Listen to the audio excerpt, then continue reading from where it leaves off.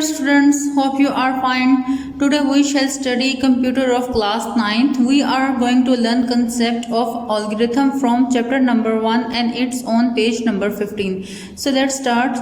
So बच्चों आज हम जिस चीज़ के बारे में पढ़ेंगे वो है अलगोरिथम. ठीक है, अलगोरिथम्स क्या चीज़ें होती हैं इनके बारे में हम आज डिटेल में आपको बताएंगे. ठीक है, अब अलगोरिथम जो है इसके लिए बुक में जो आपका क्वेश्चन मौजूद है वो तो आप इसको एज एन लॉन्ग क्वेश्चन ये मस्ट आ सकता है, इसे काफ़ी ज़्यादा चांसेस होते हैं आने के.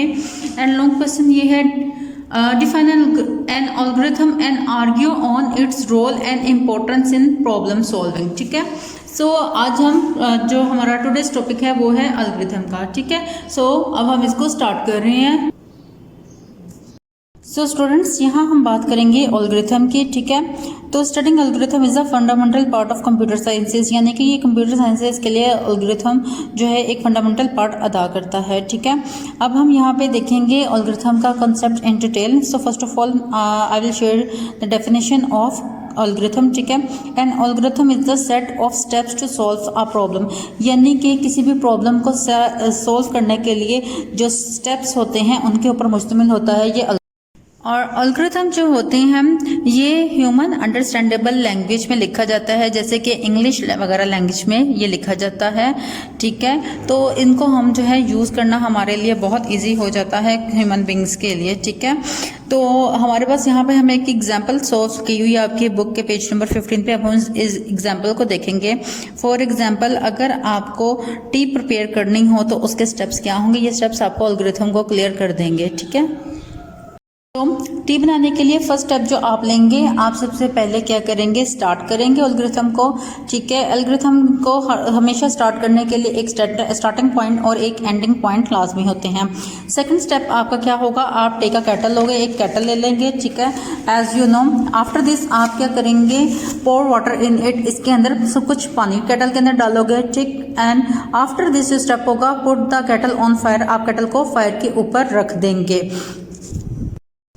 केटल को फायर के ऊपर रखने के बाद ऐड शुगर एंड मिल्क, आप इसके अंदर शुगर एंड मिल्क दोनों को ऐड करेंगे. ठीक है, फिर आप वेट करेंगे इट बॉइल्स का, यानी कि जब ये इसको बॉईल आ जाए. ठीक है, आफ्टर दिस आप केटल को रिमूव कर दोगे फ्रॉम द फायर, यानी कि फायर से, और एट द एंड आप क्या करेंगे, ठीक है, आप इसको जो है एंड कर देंगे अलगोरिथम के. तो आप अपनी ज़िंदगी में किसी भी काम को करने का एक अलगोरिथम डिज़ाइन कर सकते हैं. ठीक है, इसके अलावा हम बहुत सी और प्रॉब्लम्स हैं जो कंप्यूटर की, जो कि हम विद अलगोरिथम जो है वो सॉल्व कर सकते हैं. इस पर्पस के लिए फर्स्ट ऑफ ऑल तो हमें अलगोरिथम को फॉर्मुलेट करना पड़ता है, देन जो है वो अलगोरिथम को हमें ट्रांसलेट करना पड़ता है. अलगोरिथम जो है बेसिकली जो होता है एक सेट ऑफ होता है इंस्ट्रक्शन का जो कि कंप्यूटर को दी जाती हैं. Usually an algorithm take an input and then process produces some output. ठीक है, इसमें अलगोरिथम में पहले ये इनपुट लेता है जिसको वो प्रोसेस करके आउटपुट के फॉर्म में आपको निकाल के दे देता है. सो स्टूडेंट अब हम देखेंगे role of algorithm in problem solving. ठीक है, सो अलगोरिथम जो है वो प्रॉब्लम सॉल्विंग में क्या क्या रोल जो है वो प्ले कर सकते हैं. ठीक है, सबसे पहले आपके पास एक प्रॉब्लम होती है, फिर आप इसका फ्लो चार्ट बनाते हैं. ठीक है, जैसे आपको पिक्चर में जो है नज़र आ रहा है, जब आप फ्लो चार्ट बनाते हैं तो फिर आप इसका अलगोरिथम जो है उसको डिज़ाइन करते हैं. ठीक है, अब अलगोरिथम के अंदर आप जो है राइट करते हैं कि पहला स्टेप क्या होगा, दूसरा स्टेप क्या होगा, तीसरा स्टेप. सो स्टूडेंट्स फिर जब आप अलगोरिथम जो होता है इसको लिख लेते हो. ठीक है, जब आप अलगोरिथम में प्रॉब्लम को लिख लेते हो फिर आप उसको प्रोग्राम में चेंज कर देते हो, जो आपको लास्ट पे बना हुआ नज़र आ रहा है. अलगोरिथम के बाद नेक्स्ट स्टेप होता है प्रोग्राम का, फिर ये हमारा सोल्यूशन बन जाता है. मीन्स टू से कि सबसे पहले हमारे पास प्रॉब्लम होएगी, फिर उसका हम फ्लो चार्ट मेक करेंगे, फ्लो चार्ट के बाद हम उसका एक अलगोरिथम मेक करेंगे, और आफ्टर दिस उसको हम एक प्रोग्राम कंप्यूटर प्रोग्राम में कन्वर्ट कर देंगे. इस तरह से आप एक सो स्टूडेंट अब हम देखेंगे role of algorithm in problem solving. ठीक है, सो अलगोरिथम जो है वो प्रॉब्लम सॉल्विंग में क्या क्या रोल जो है वो प्ले कर सकते हैं. ठीक है, सबसे पहले आपके पास एक प्रॉब्लम होती है, फिर आप इसका फ्लो चार्ट बनाते हैं. ठीक है, जैसे आपको पिक्चर में जो है नज़र आ रहा है, जब आप फ्लो चार्ट बनाते हैं तो फिर आप इसका अलगोरिथम जो है उसको डिज़ाइन करते हैं. ठीक है, अब अलगोरिथम के अंदर आप जो है राइट करते हैं कि पहला स्टेप क्या होगा, दूसरा स्टेप क्या होगा, तीसरा स्टेप. सो स्टूडेंट्स, फिर जब आप एल्गोरिथम जो होता है इसको लिख लेते हो, ठीक है, जब आप एल्गोरिथम में प्रॉब्लम को लिख लेते हो फिर आप उसको प्रोग्राम में चेंज कर देते हो, जो आपको लास्ट में बना हुआ नजर आ रहा है। एल्गोरिथम के बाद नेक्स्ट स्टेप होता है प्रोग्राम का। फिर ये हमारा सोल्यूशन बन जाता है। मीन्स टू से कि सबसे पहले हमारे पास प्रॉब्लम होगी, फिर उसका हम फ्लो चार्ट मेक करेंगे, फ्लो चार्ट के बाद हम उसका एक एल्गोरिथम मेक करेंगे और आफ्टर दिस उसको हम एक प्रोग्राम कंप्यूटर प्रोग्राम में कन्वर्ट कर देंगे। इस तरह से आप एक सो स्टूडेंट, अब हम पढ़ेंगे फॉर्मुलेशन ऑफ एन एल्गोरिथम, ठीक है। तो हम देखेंगे किसी भी एल्गोरिथम की फॉर्मुलेशन क्या चीज़ होती है, ठीक है। आप कह सकते हैं कि एल्गोरिथम बनाते हुए जो होते हैं ना, हम जो फॉर्मुलेट करते हैं, तो यहाँ पे स्टार्टिंग में हमारे पास एक स्टार्ट जो होता है स्टेप आ जाता है, ठीक है। स्टार्ट स्टेप के अंदर आप क्या करते हो, ये एक स्टार्टिंग पॉइंट होता है और आप बिल्कुल ऐसा ही एक एंडिंग पॉइंट भी ज़रूर देते हो, बिकॉज स्टार्टिंग और एंडिंग पॉइंट के बगैर कोई भी एल्गोरिथम नहीं बन सकता है, ठीक है। सो इसके बाद जो नेक्स्ट स्टेप होता है वो होता है आपका इनपुट का, ठीक है। फिर आप बताते हो कि इनपुट क्या होगी।